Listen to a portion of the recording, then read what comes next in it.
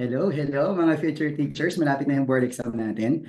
And good luck, good luck. For this session, we're going to discuss mathematics quiz number 1. So 5 items lang naman to, hindi naman to ganun kahirap. This is for general education.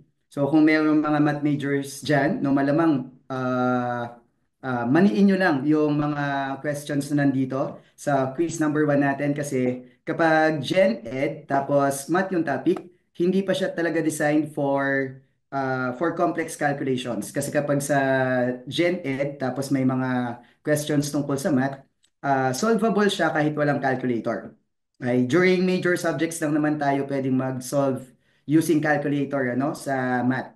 Okay? Buti pa yung mga magagaling sa math, mga nagtitake ng majors in math, pwedeng mag-calculator during their majorship. Pero kapag Gen Ed, yung mga hindi major in math, sorry po, pero hindi tayo pwedeng gumamit ng calculator sa LET. Okay? Pero, ayun nga, since hindi tayo allowed gumamit ng calculators during Gen Ed, hindi ganun kahihirap yung mga questions na tinatanong sa math, no? By the way, bago pala tayo sagot, bago pala ako magpatuloy doon sa pagdi-discuss, pakilala ko pula muna yung sarili ko para hindi naman tayo stranger sa isa't isa. Ako po si Teacher Rex Jason Agustin. Actually, pwede ba ako mag-share? Ay, share ko lang yung may hinanda ako eh. Ay, mamaya na tayo magsagot. Pakilala muna ako para hindi tayo stranger sa isa't isa mga future teachers. Okay. Engineers tuloy yung nasasabi ko, no? Kasi I am by profession an electronics engineer talaga. Kumuha lang ako ng 18 units ng education way back 2014 and 2015. Tapos, ayun, took up LET during March 2015 board exam. And then through God's grace, pinalad tayong makapasok sa listahan ng top notchers. No? Nagland tayo sa 9th place noong March 2015 licensure examination for teachers. Since engineering graduate talaga ako, ang majorship ko ay mathematics. So rest assured, kung ano man yung mga ituturo ko sa inyo sa math, na session natin for this day, uh, ano to, legit, no? Credible naman kasi ito talaga yung field ko. As teacher, no, ito talaga yung tinuturo ko for more than 10 years na. No, for more than 10 years na ako nasa teaching profession. Before pa ako mag-take ng board exam noong 2015, nagtuturo na din ako. Simula pa nung pumasa ako ng board exam, I passed the engineering board exam noong 2009. Okay, kasi graduate ako ng 2009. Ayun, ilan sa mga credentials ko is 2008 while I was still a student. Ayun, pinalad tayong manalo sa National Quiz Show na pang-engineering. No? We're in participants from whole Philippines yung naglaban-laban, no? Tungkol sa electronics engineering, and pinalad tayo na mag-champion dun sa quiz show na yon. 2009, nakagraduate tayo sa Technological Institute of the Philippines, Manila, sa may Quiapo. So, batang Quiapo po ako. Ayan, tayo po ay na-awardan as most outstanding ECE noong batch na yon. And then, after passing the board exam, noong 2009 din, for electronics engineering, napunta tayo sa academe. Okay, ni-request kasi ng TIP kung saan ako graduate kung pwede daw ba ako mag-render ng service para matulungan yung mga schoolmates ko, okay, na ma-increase yung chances nilang pumasa sa engineering board exam. So, doon, nakapagturo kaagad tayo right after passing the engineering board exam. Tapos, na-in love tayo sa pagtuturo. Ako, ay, na-in love ako sa pagtuturo kaya after a few years, nag-decide ako na kumuha ng units of education para maging ganap na guro. Ayun. And kayo naman yung susunod, no? This coming March 2025, it's your turn naman. Okay, biruin nyo, no? Kahit hindi naman talaga ako EDOC grad, wala akong masyadong alam sa Prof Ed. No, that's my weakness. Hindi ako magaling sa Prof Ed. Hindi talaga ako maalam pagdating sa mga Magna Carta for Teachers, yung mga yung mga knowing oneself na subject, curriculum development. Hindi talaga ako magaling sa mga ganong subjects, pero through God's grace, basta pinlano ni God, okay, at kinlaim mo, mangyayari at mangyayari yan. Walang makakapigil sa plano ni God para sa atin. Okay? Ayan, claim lang natin na magiging licensed professional teacher tayo sa March 2025. Alright, ready na? So, ilan na ba yung participants natin? Medyo okay na. Pwede na. And I hope makatulong sa inyo tong session na to. At kapag nakatulong sa inyo, share natin sa ibang kakilala nating ah, pwedeng, pwedeng matulungan pa nitong session na to. Okay? Ayan. And before we begin, pa-confirm muna mga teachers kung nakikita niyo po yung shared screen natin. Siyempre, mako-confirm din natin kung naririnig niyo ako clearly. Pa-type naman po ng number 1 sa chat box. Sa mga participants natin sa Zoom, pa-type naman po ng number 1 sa chat box. Since quiz number 1 for mathematics yung sasagutan natin. Waiting pa po for confirmation sa chat box natin, mga teachers.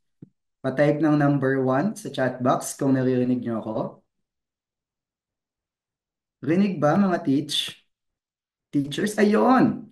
Okay, thank you sa mga nag-confirm. And sina future teacher RB, Karel, Arvin. Okay, and confirm.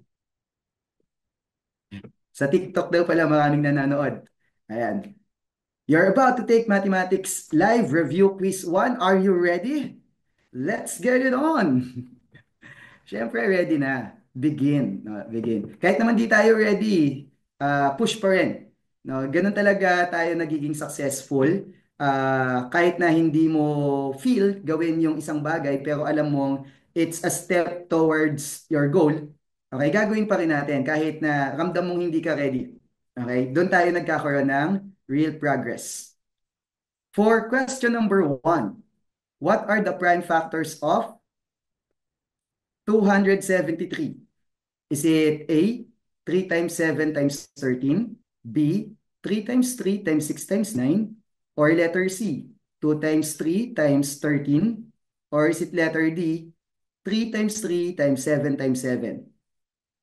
Sige, I'll give you a few seconds, mga teach, to choose an answer. A, B, C, or D. Alin po dyan ang prime factors ng 273?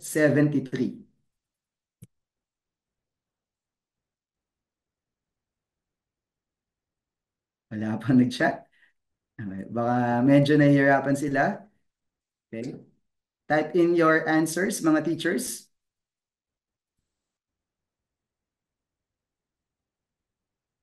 Wala pa? Sige. Without using calculator, mga teach, no? Kasi sa Gen Ed to. Kung lumabas to sa math major, pwedeng gumamit ng calculator, madali lang. Pero for Gen Ed, try nating sagutan to without using calculator.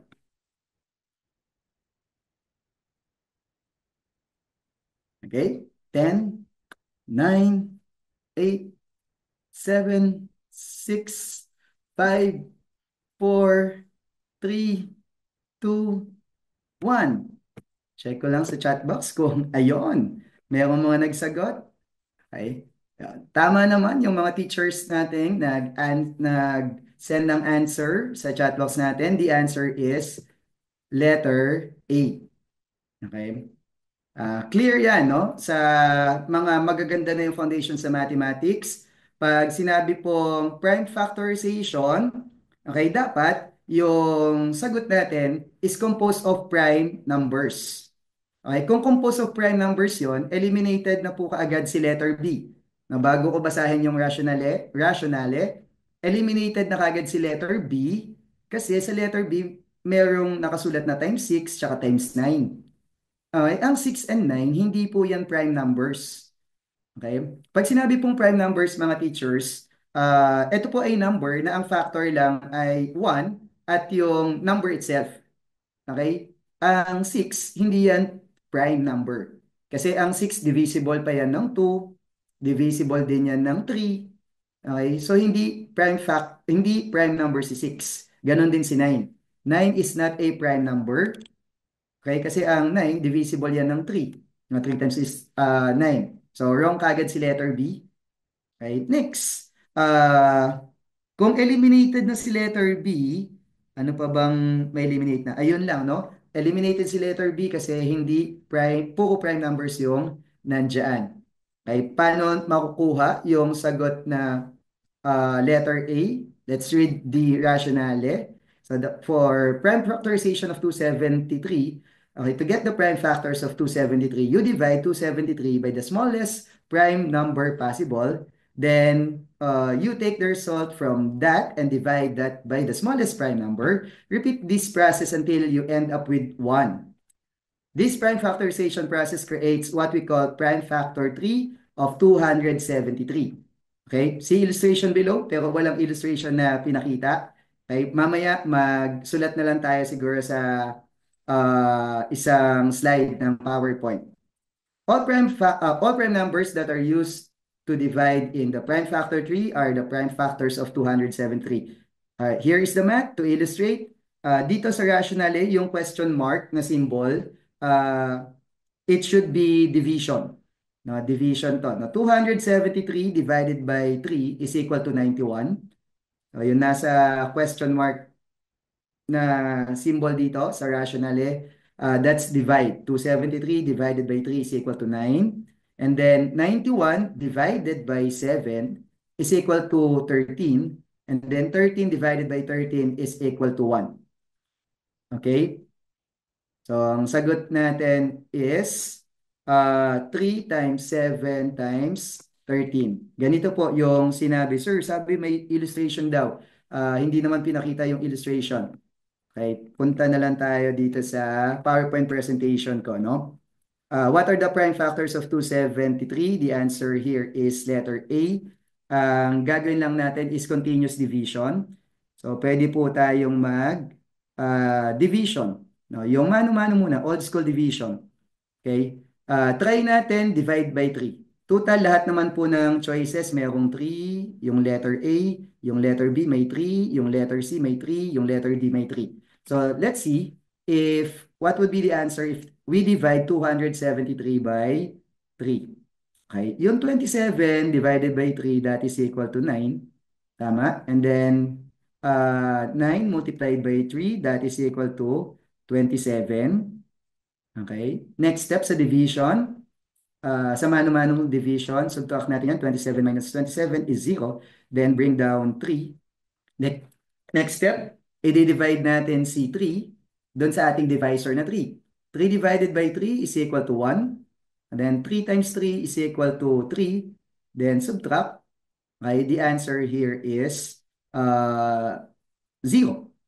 Okay? So nakita natin na yung 273 mga teachers, no, pwede natin yung ma-factor sa 3 times 91. Okay? 3 times 91 is equal to 273. Okay? Prime number na yung 3, pero let's see, yung 91, prime number na ba yon? Let's continue dividing. Okay? 91, isip tayo, ano ba yung factors ng 91? Okay? Ano ba factors ng 91? Since eliminated na natin nga po pala mga teachers yung letter B, no? Kasi hindi prime number yung 6, hindi prime number yung 9. Sure nang mali yung letter B. Okay? Kung pagpipilian natin kunwari A tsaka D, pareho namang may 7 yan. Let's see kung yung 91 ba divisible ng 7. Okay? Nag-rely din tayo kahit paano sa choices, ano? 91 is it divisible by 7? Okay? 9 divided by 7 is equal to 1. Okay? 9 divided by 7 is 1 remainder 2. Pero lalagay lang natin is yung whole number na answer. So 1, then times 7, that is 7. Okay, next, subtract natin, 9 minus 7, that is 2. Then bring down 1. Okay, 21 divided by 7 is 13. Ay, sorry, 21 divided by 7 is 3. And then yung 3, multiply natin sa 7, that will become 21. Subtract natin yan, magiging 0 na, wala nang remainder.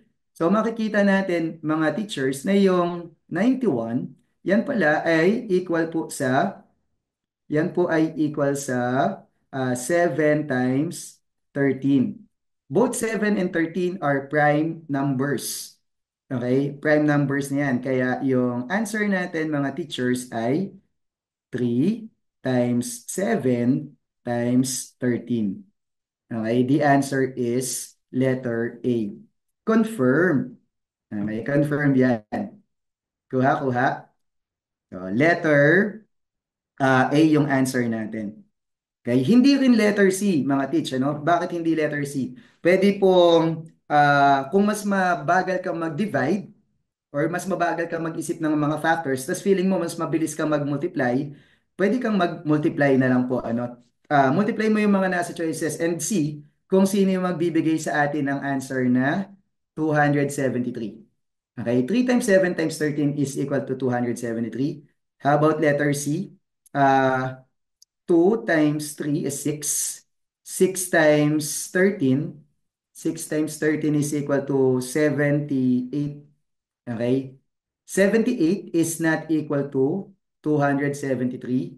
Kaya po, mali yung letter C. Okay? Next. 3 times 3 is 9. Okay, 3 times 3 is 9. And then 7 times 7 is 49.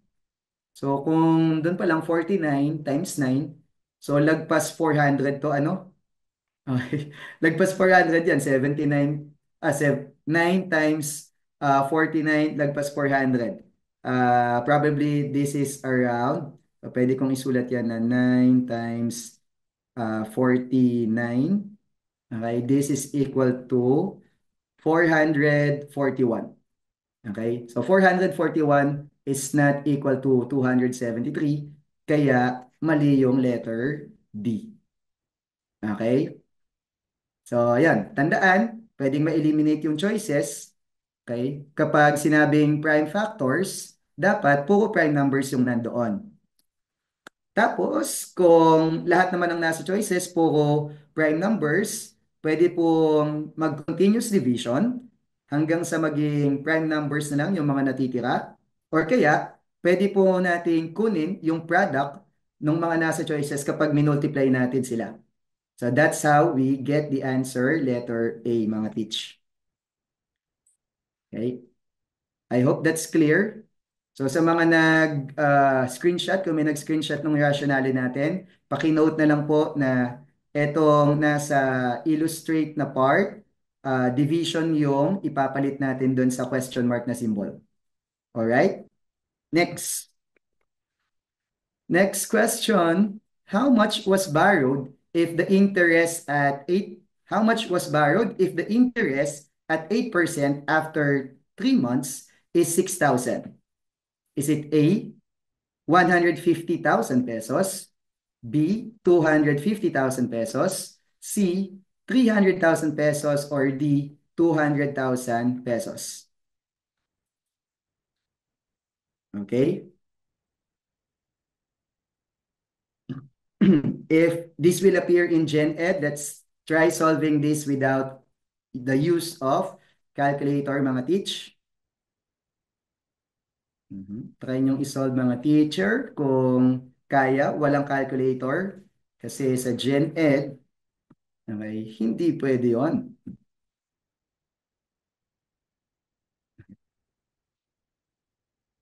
See? 150,000, 250,000, 300,000, or 200,000. Okay. Magkano daw yung hiniram? Magkano yung inutang? Hirap naman magkaroon ng ganyan, ng ganyang utang, ano? Laki. Okay. As much as possible, mga future teachers, iwasan mangutang. Okay?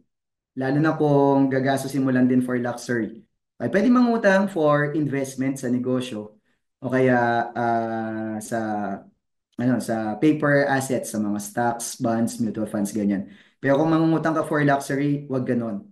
Okay? That's called bad debt. May mga good debt naman na tinatawag. Sagot po natin mga teachers for question number 2. How much was borrowed if the interest at 8% after 3 months is 6,000 pesos?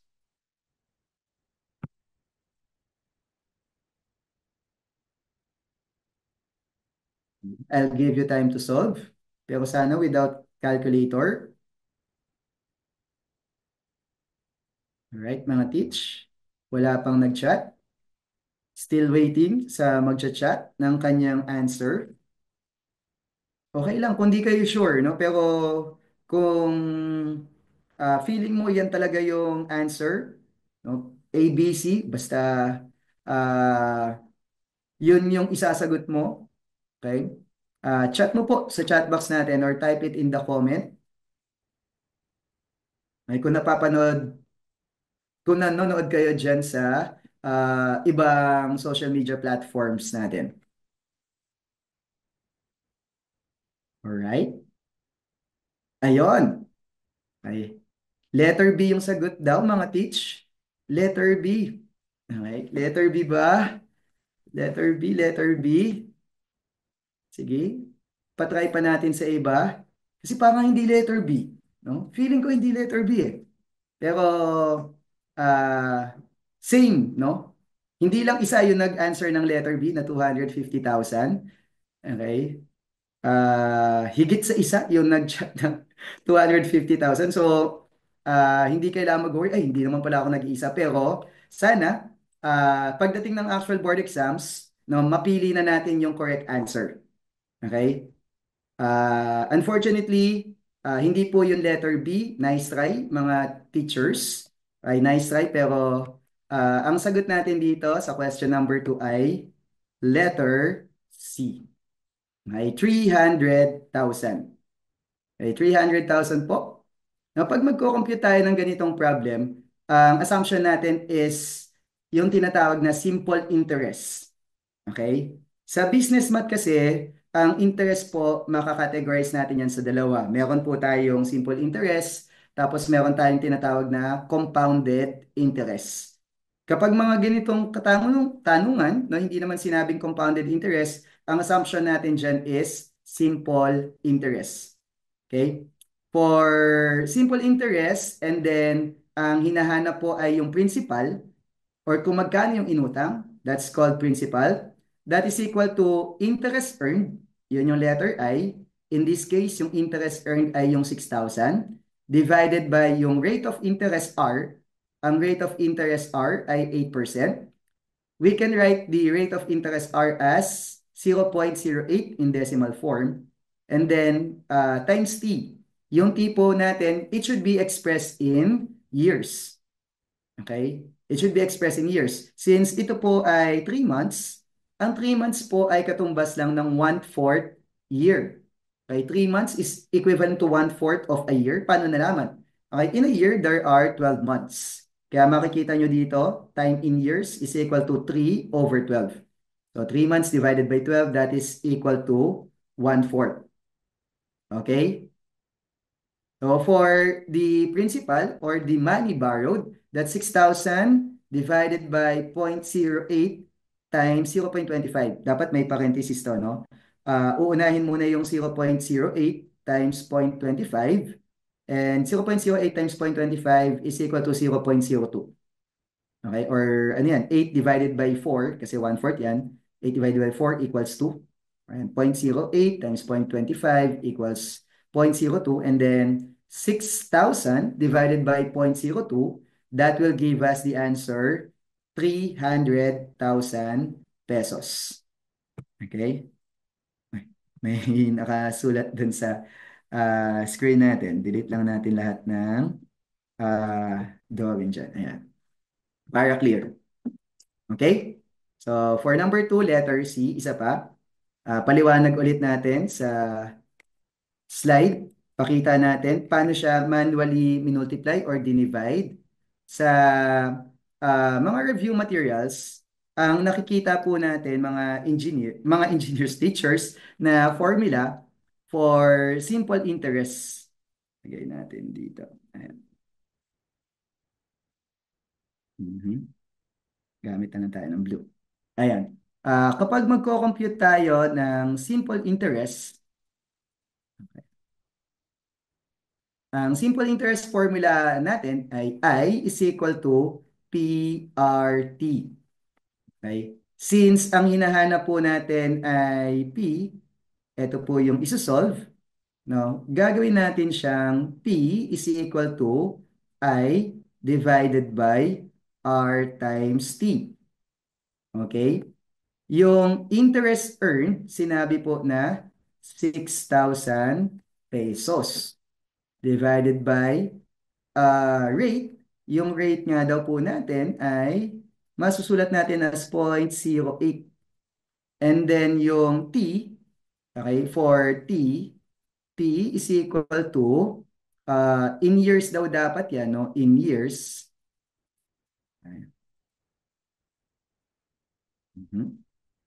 Yung atin pong T ay equal sa, ang gagawin natin, 3 months, okay, divided by 12 months in a year. There are 12 months in a year. Yan po ay equal sa 1/4 or 0.25. No, 1/4 or 0.25. Gamitin ko na lang yung 1/4. Lagay ko dito 0.08 tapos times 1/4. So ayan, baka mas madali natin masabi na 0.08 divided by 4. Okay, 0.08 divided by 4 dito, no? Dahan-dahan lang, 6,000 ito. Divided by 0.08 divided by 4, that is 0.02. Okay, 0.02. Gagawin natin pang-divide ng 6,000. So, ang gagawin lang po natin dyan, mga teachers, okay, pwedeng pag-divide. Manual na pag-divide niyan, 6,000. Tapos, lalagay ko dito, 0.2. 0.2. Okay? Isipin ko lang, 2 lang yung divisor ko. Yung 2 ipang-divide ko sa 6. 2 lang, no? 2 lang yung isipin natin yung divisor natin. 6 divided by 2, that is equal to 3. Okay? 6 divided by 2 is equal to 3. 3 times 2 is 6. Okay? Tapos, uh, 6 minus 6 is equal to 0. Okay? Zero na kagad. Kahit na mag-bring down ako niyan ng 0, 0, 0, okay? Zero pa rin yung sagot. So, ang magiging answer natin, copyhin ko lang to. Okay? Copyhin na natin yung tatlong zeros. Tapos, dahil po ang divisor natin ay 0.02, i-move lang natin yung decimal point mag-move tayo ng decimal point. Okay, mag-move tayo ng decimal point. Minove natin yan pa ganyan. Oh. Move tayo pa ng dalawa pa. 1, 2. Okay, magdadagdag tayo ng 0 dito. Therefore, yung answer natin, yung magiging answer po natin answer ay equal sa 1, 2, 3, tapos 4, 5. Okay, 5 zeros lahat yan. The answer is okay, 300,000 pesos. Letter C. Oops, sorry. Escape. Mamaya na natin sagutan yan. Okay. For question number 2, letter C talaga yan. Next. Question number 3. This approximate shape of a brick is, okay, imagine a brick. Okay, sana familiar kayo sa mga common solids natin. Okay, geometry, mga teachers, geometry. The approximate shape of a brick is it A, rectangular solid, B, solid cone, C, solid sphere, or D, cylindrical solid? Okay, madali lang to mga teach, hindi na natin kailangan patagalin. Ang shape ng brick ay Okay, hopefully, wala pong magkakamali dito, mga teachers. Letter A, rectangular solid. Basic yan, basic.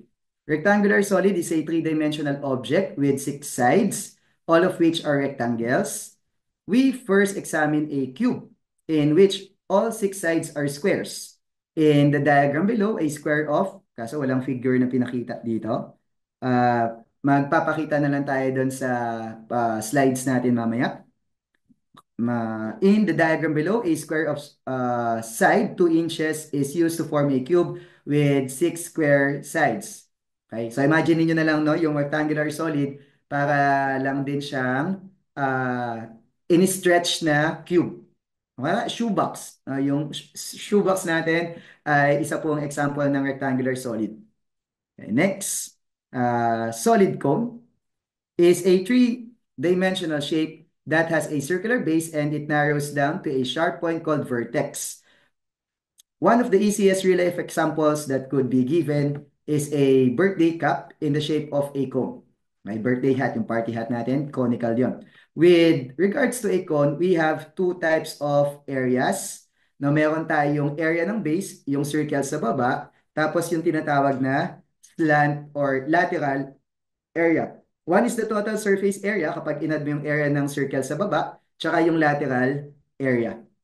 Okay? One is the total surface area and the other is the curved surface area. And then, we also have solid sphere. So choices, okay? Ano yung solid sphere? A sphere is a three-dimensional object that is round in shape. The sphere is defined in three axes, X, Y, and Z. This is the main difference between circle and a sphere. Ang circle, two-dimensional, pero ang sphere ay three-dimensional. Okay, pag sinabi namang cylindrical solid, example ng solid sphere, mga basketball, volleyball, beach ball, bowling ball, marble, ano pa ba? So yun, bowling ball, marbles, basketball, example yun ng sphere. Kapag sinabi namang cylindrical solid, okay, or simply cylinder, is a three-dimensional solid figure which has two identical circular bases joined by a curved surface at a particular distance from the center, which is the height of the cylinder. Example ng cylinder or solid cylinder is can, yung mga lata ng sardinas, may lata ng corned beef. Okay? Yun po ay mga cylinders. Okay? Let's give additional information dito sa ating slide. Okay? This approximates the shape of a brick. The answer here is rectangular solid. Kapag pinapakompute po mga teachers, yung volume, okay? Pwedeng tanungin, ano yung volume ng rectangular solid? Ang volume ng rectangular solid natin, okay, ay equal po sa length times width times height. Okay? Yung length, ito po yun, no? Length times width, ito naman po yung width, ay, gaano ka kapal yan. Tapos yung height, syempre yung taas niyan. Length times width times height. Okay, to get for the volume of rectangular solid. By the way, dagdagan natin ng konting trivia. Etong rectangular solid, kung hindi nyo siya makita sa choices, tapos tinatanong, ano yung shape ng brick? Kung wala yung rectangular solid sa choices natin, pwede po nating hanapin yung other term na ito, cuboid. Okay, cuboid. Pwede din yan. Okay, anong shape yung cuboid? Ayan, same sa rectangular solid. Okay? Next.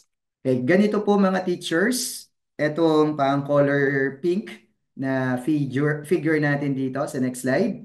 Ito po yung tinatawag nating solid cone. Kung tatanungin naman po tayo, ano yung volume ng cone? Ang volume ng cone ay 1/3 times area of base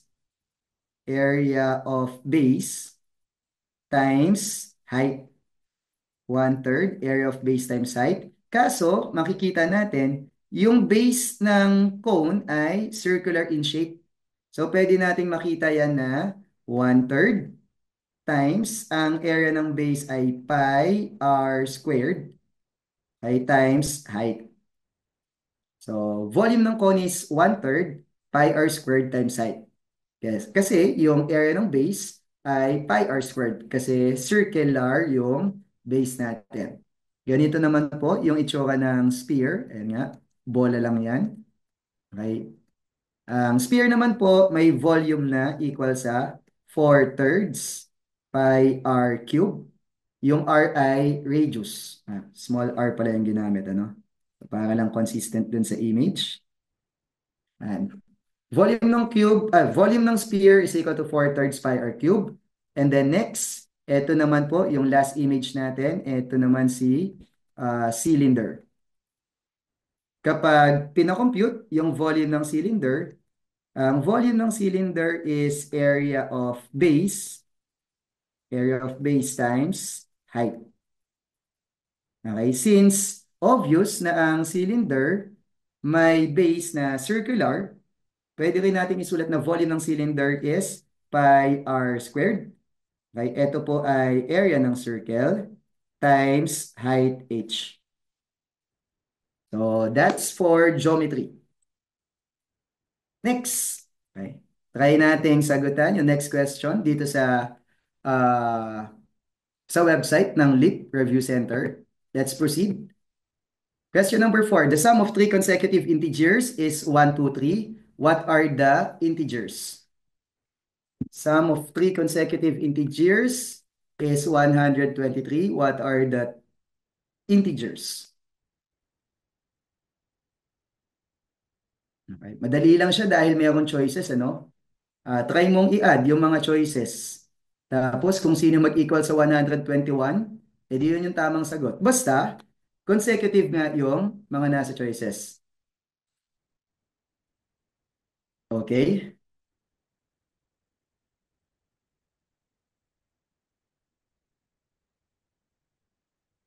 Teachers, what's your answer? Number 4, may nagsagot na. Letter A. Madali lang, ano? Kayang-kaya ng mga future teachers natin yan. So, ayan. Sa rationale, ang ginawa, inad na lang lahat ng nasa choices. Tapos, chinek lang kung sino yung equal sa 123. Sa letter A, we have 40 plus 41 plus 42. That's equal sa 123. Yun na yun. Yun na yung answer natin. Diretso letter A. Sa letter B kasi, 39 plus 40 plus 41, that's 120. And then for letter C, 42 plus 44 plus 46, that's 132.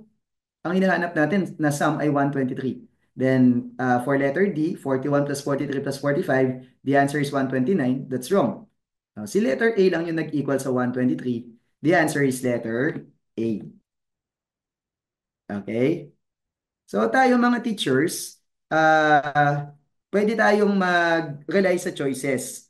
Pero as teacher, pag tayo na mismo yung magtuturo nito sa mga students natin, uh, ayun, malamang ipakita natin itong problem na to without the choices. Tapos, isosolve natin to using our knowledge in algebra.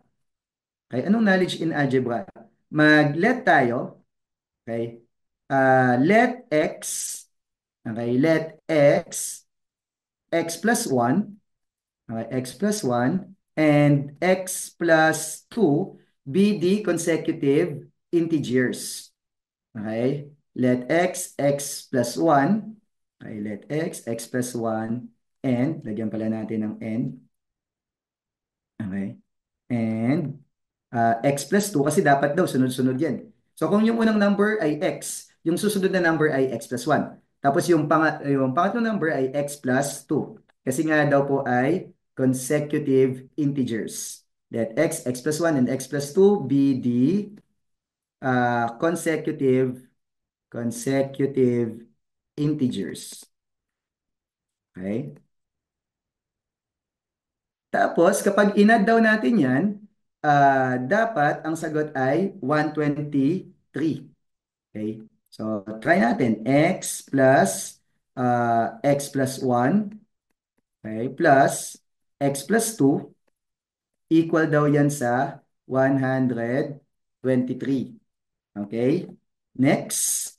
So, we have here x plus x plus x. Tatlong x yon. So x plus x equals 3x. Okay? X plus x equals 3x. And then next one, let's try here 1 plus 2.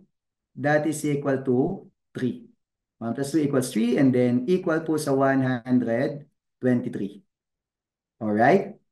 Next, i-transpose po natin si 3 papunta sa kabilang side. Magiging 3x equals 123 minus 3. Okay? Or sige, baka may mali to. Okay, lagayin lang po natin ng 3 tapos mag-minus 3 tayo. Minus 3.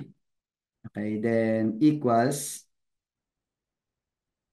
123 minus 3.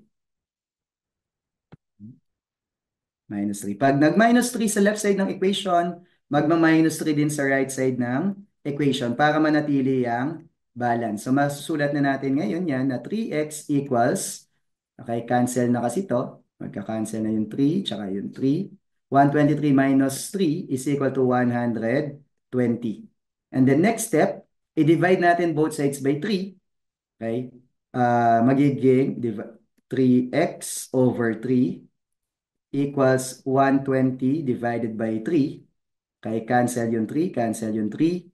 X equals 120 divided by 3 is equal to 40. Okay, meron na tayong x equals 40.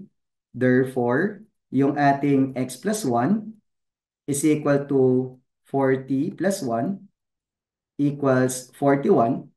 And then yung atin pong x plus 2 equals 40 plus 2 equals 42. So yung atin pong 3 consecutive integers ay si 40, 41, tsaka 42. Tama nga yung letter A. Okay, sagot natin dito, hindi na na-animate. Letter A yan, mga teachers. Okay? And then, recall lang natin, ano ba ibig sabihin, sir, kapag sinabing integer? Now, let's recall the classification of numbers. Okay? Yung mga numbers, pwede maklasify as natural, whole numbers, integers, rational, tsaka, ayun nga, no, real numbers. Kapag sinabi pong mga natural numbers, mga teachers, ito, no, natural numbers, ito din po yung tinatawag nating counting numbers. Nandyan si 1, 2, 3, and so on. Counting numbers. Hindi kasama si 0. Pag sinabing whole numbers, pag sinabing whole numbers, doon naman sasama yung 0. 0, kasama na siya. Tapos, lahat ng counting numbers, 1, 2, 3, and so on. That's for whole numbers. Kapag sinabing integers, okay, kasama po si lahat ng whole numbers. So, 0, 1, 2, 3, and so on. Pati po yung mga negative counterparts niya. Negative 1, negative 2, negative 3, hanggang sa, ayan, tuloy-tuloy. Yan yung mga integers. May positive integers, may negative integers kasama sa integer si 0. Pag sinabing rational numbers, okay, kasama lahat ng integers, kasama din lahat ng pwedeng express as fraction. Halimbawa, 0, tapos meron tayong 0.25 or 1/4. Okay, kasama yung 1/4, kasama din yung 1/2, kasama din yung 3/4, kasama din yung 1. Okay? And so on. Okay? Pwede yung fraction. At yung negative counterpart niyan, pwedeng negative 0.25, negative 0.5, pwede pong negative 0.75, negative 1, and so on. Rational numbers yan, mga pwedeng express as ratio. Okay, pag sinabi namang real numbers, kasama na po doon si irrational numbers. Pag sinabing irrational numbers, hindi yan ma-express as ratio. Sino example ng mga irrational numbers natin? Example ng irrational number, we have pi, irrational number yan. Ang pi ay equal sa 3.14, 16, no? Approximately. Pero, hindi pa talaga yan yung exact value niyan. Estimated lang. No? It can't be expressed as ratio. Kasama din po sa irrational numbers, yung square root of 2, Okay, yung mga square root of 3, irrational numbers yan. At yung Euler's constant E na may approximate value na 2.718 pero may kadugtong pa yan. Okay, ito lagyan pala lang natin ano, ng tuloy-tuloy pa. Tapos hindi nauulit-ulit yung pattern. Okay, Euler's number. Okay? Alright? Ayan po yung mga categories natin ng mga real numbers. Okay? Next, let's proceed to the last question na. Okay, 5 lang naman yung sasagutan natin. What is the greatest common factor of 22, 15, and 7? Ay mga teachers, the greatest common factor or GCF of 22, 15, and 7 is it A, 1, B, 4, C, 2, or D, 3? Sige, isip muna. Ano nga ba yung GCF? Mhm. Isipin, ano yung mga factors ng 22? Okay, nalista na. Ano yung mga factors ng 15? Ano din yung mga factors ng 1? Tignan kung ano yung common sa mga nilista yung factors ng 22, 15, tsaka 7 at piliin yung pinakamalaki. Greatest common factor daw eh. Mga teachers, number 5, the answer is tama, letter A. Okay, letter A lang. Yung pwede maging sagot dyan, wala nang iba. Kasi kapag ginawa natin yung listing method, lista mo yung factors ng 7. Eh ang 7, prime number ang 7. Okay? Mga teachers, tandaan, ang 7 po ay prime number. Wala na yung ibang factor kundi 1 at yung sarili niya. 1 at 7. Okay? Yung factors ng 15 ay 1, 3, 5, and 15. And then yung factors ng 22, 1, 2, 11, and 22. Ano lang ba common dyan? Sa factors ng 7, 15, tsaka 22, ang common lang dyan is 1.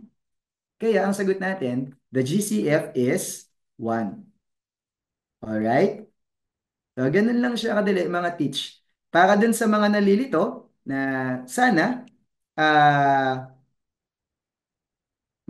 sana malinawan bago dumating yung mismong araw ng board exam, i-define po natin ulit mga teachers yung greatest common factor at ano ba pinagkaiba niyan sa LCM or yung tinatawag na least common multiple.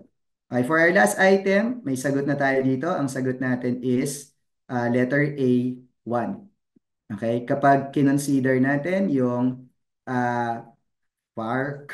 Okay? Factors of, gamit yung listing method, lista-lista lang, no? Factors of 7. Okay? Yan po ay 1 and 7. Tapos yung atin pong factors of 15, yun daw po ay 1, 3, 5, and 15. And then yung factors of 22, yan po mga teach ay 1, 2, 11, and 22. Okay, pag sinabing common factors, isa lang naman yung common sa kanilang tatlo. 1. So the answer is letter A. Define lang natin sa next slide, mga teachers, yung atin pong greatest common factor, pati na rin yung LCM.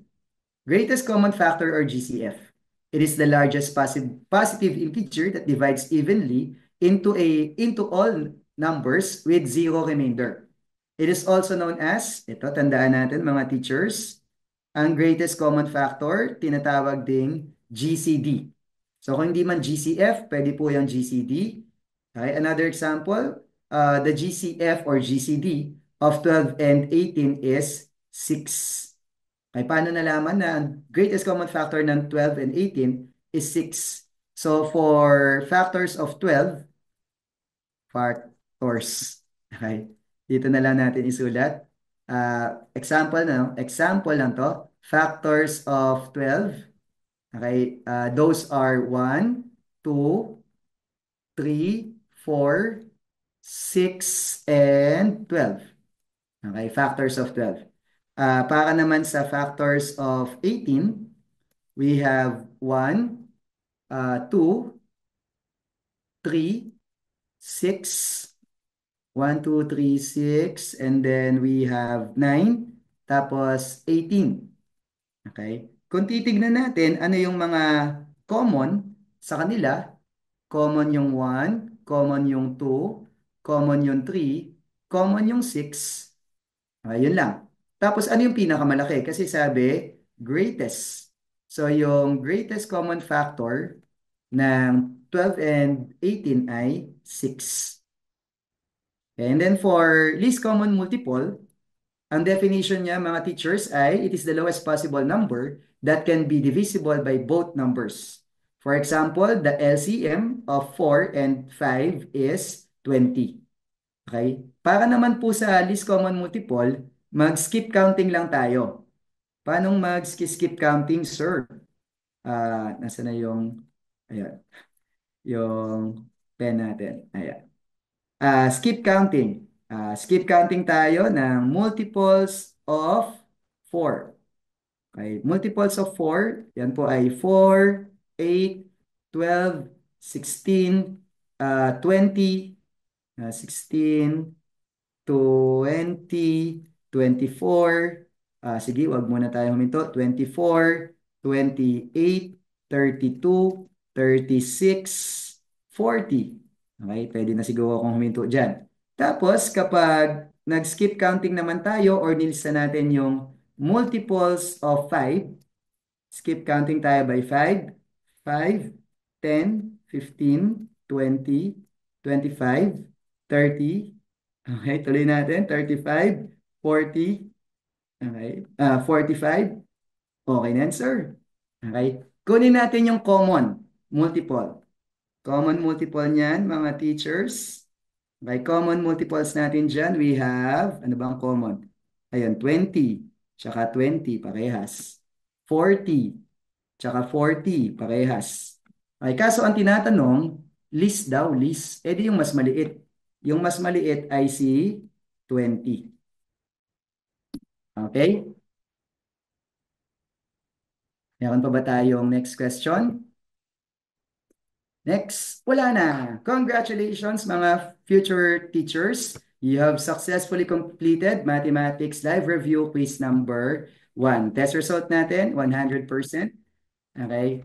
Good job.